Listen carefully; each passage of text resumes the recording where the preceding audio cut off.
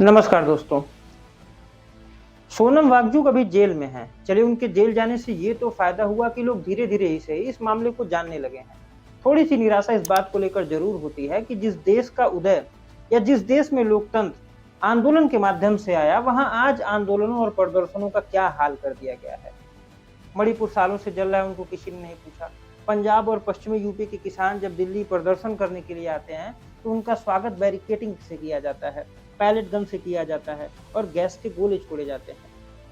SSC protest में जिन छात्रों ने प्रदर्शन किया, उन्होंने खूब लाठियां खाई और जो टीचर सपोर्ट में आए, उनको उठाकर जेलों में डाल दिया गया। चलिए, यहाँ तक तो मामला समझ में आता है। लेकिन जब किसी प्रदर्शन को देशद्रोही बता दिया जाता है, एंटी नेशनल बता दिया जाता है या फिर विदेश से फंडेड बता दिया जाता है, तो ये चीजें थोड़ी समझ से परे हो जाती हैं। ऐसा नहीं है कि ये सारी चीजें पहले से ही थी। आपको याद होगा दिल्ली का निर्भया आंदोलन, जिसमें लोग सड़कों पर उतरे, सरकारें हिला दी गई। 2014 में अन्ना आंदोलन होता है। मीडिया घूम घूम कर सारे न्यूज को कवर करती है, दौड़ दौड़ के सारे न्यूज को बताती है। सारी जनता, सारे न्यूज चैनल अन्ना हजारे के साथ होते हैं और सरकार गिरा दी जाती है। लेकिन उसके बाद से लोगों को फर्क ही पड़ना बंद हो गया और अन्ना साहब ने तो वैसे भी मौन व्रत धारण कर लिया है।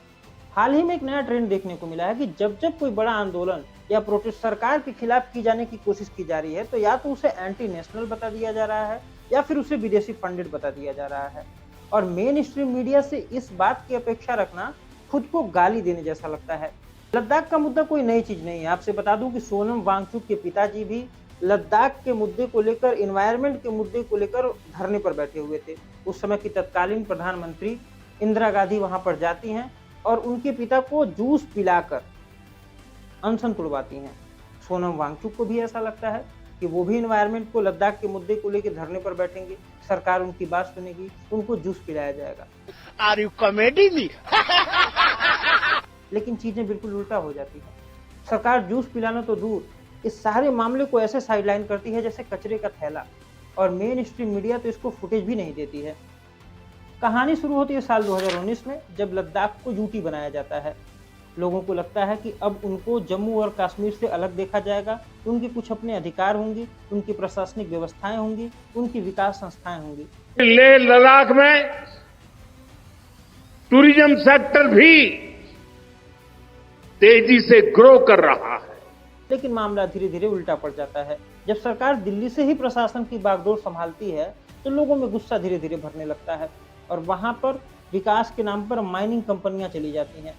आपसे बता दें कि लद्दाख का कुमिक गांव, जो क्लाइमेट चेंज की वजह से लगभग विस्थापित हो चुका है, और भी ऐसी आपदाएं लद्दाख में बढ़ने लगी हैं। ऐसे में जब माइनिंग कंपनियां लद्दाख में जाती हैं, ओवरलोडेड टूरिज्म लद्दाख में जाता है, तो लद्दाख के लोगों को बड़ी प्रॉब्लम होती है। इसको लेकर लद्दाख के लोग शुरू से ही प्रदर्शन करते आए हैं, लेकिन सरकार उनकी एक न सुनती है। लद्दाख के लोग एक बार फिर से प्रदर्शन करने के लिए आते हैं और वो कहते हैं कि हमें 6 शेड्यूल में डाला जाए। आपसे बता दें कि अगर कोई राज्य 6 शेड्यूल में है, तो उसे कुछ विशेष अधिकार मिलते हैं, जैसे उनकी अपनी प्रशासनिक व्यवस्थाएं होती हैं, उनकी माइनिंग के अधिकार होते हैं, सारी चीजें होती हैं। लद्दाख के लोगों को भी लगा अगर हमें 6 शेड्यूल में डाल दिया जाएगा, तो हम इन सारी चीजों से बच सकते हैं और हमारा अपना कुछ अधिकार होगा। लेकिन सरकार भी इस सारी चीजों को साइडलाइन कर देती है और लद्दाख को पकड़ा देती है बस यूटी का तमगा। सोनम इसको लेकर धरने पर बैठते हैं। काफी दिनों से वो धरने पर बैठे हुए थे और मेन स्ट्रीम मीडिया इस बात को कोई फुटेज नहीं दे रही थी। सोशल मीडिया पे सोनम वांगचुक खुद एक्टिव होकर इन सारी चीजों को बता रहे थे, देश में सारी चीजों को फैला रहे थे। जब ये सारी बात सरकार नहीं सुनती है और बात नहीं बनती है, तो उसमें से कुछ युवा गांधीवादी तरीके को छोड़कर करो या मरो के नारे पर काम करने लगते हैं। और होता भी ऐसा है, प्रदर्शन होता है, हिंसक झड़प होती है और उसमें 4 लोगों की मौत हो जाती है। आपसे बता दें, ये हिंसक झड़प में जिन 4 लोगों की मौत हुई है, उसमें से एक आर्मी का जवान भी था, जिसने 17 सालों तक देश की सेवा की। अब उसके परिवार वालों का कहना है कि हमारे बेटे को पाकिस्तान नहीं मार सकी, हमारे बेटे को अपने ही देश ने मार दिया।